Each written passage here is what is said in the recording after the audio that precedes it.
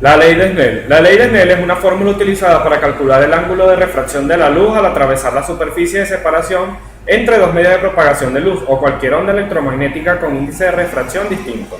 El nombre proviene de su descubridor, el matemático holandés Wilhelm Snell. La ley de reflexión. Un rayo incidente sobre una superficie reflectante será reflejado con un ángulo igual al ángulo de incidencia. Ambos ángulos se miden con respecto a la normal a la superficie. Esta ley de reflexión se puede derivar del principio de Fermat. La ley de reflexión da la familiar imagen reflejada en un espejo plano, en el que la distancia de la imagen detrás del espejo es la misma distancia que el objeto frente al espejo. La ley de refracción es la relación entre el seno del ángulo de incidencia y el seno del ángulo de refracción, que es igual a la razón entre la velocidad de la onda en el primer medio y la velocidad de la onda en el segundo medio. O bien puede entenderse como el producto del índice de refracción del primer medio por el seno del ángulo de incidencia, que es igual al producto del índice de refracción del segundo medio por el seno del ángulo de refracción.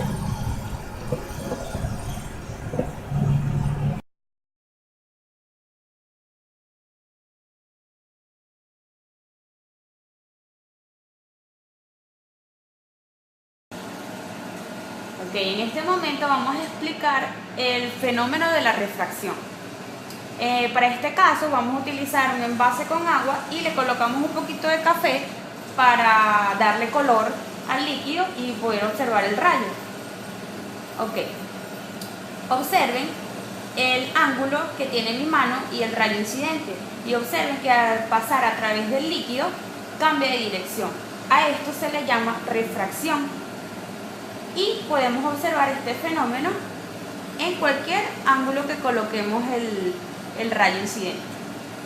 Por otro lado, para explicar lo que es la reflexión, haremos pasar el rayo desde abajo hacia arriba, todo lo contrario que el de refracción, que era aire-agua. Ahora va a ser agua-aire. Entonces coloquemos un poco a la punta el frasco, y fíjense de que cuando hacemos pasar el láser a través del agua, él choca con la superficie y se devuelve. Ese efecto de devolución del láser, de la luz, es lo que se llama la ley de reflexión, y que podemos observar aquí de manera muy clara. Incluso al cambiar el ángulo del láser podemos observar cómo se mueve el triángulo que se forma dentro del agua.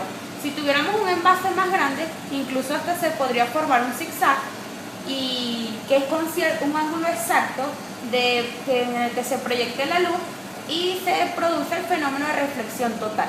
Listo.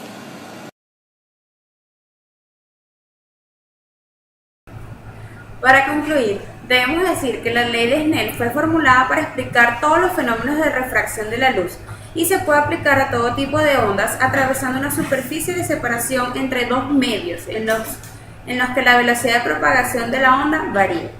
Por lo tanto, la luz incidente sobre una superficie reflectante sale con el mismo ángulo de incidencia rebotada, y a esto se le llama ángulo de reflexión, siempre y cuando no existe un cambio de medio tomado desde la perpendicularidad de la superficie. Esto fue lo que obtuvimos en el ejemplo número 2, en donde pasamos de un medio a otro.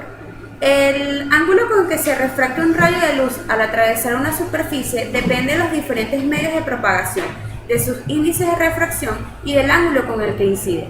Cuanto mayor sea la diferencia entre los medios, más cerca de la perpendicular a la superficie se encontrará el rayo refractado. Por lo tanto, esta ley nos quiere explicar por qué la profundidad de un estanque en calma la que se percibe es menor a la real, o también porque simplemente al meter un palo en el agua creemos que se deforma en su interior. Muchas gracias.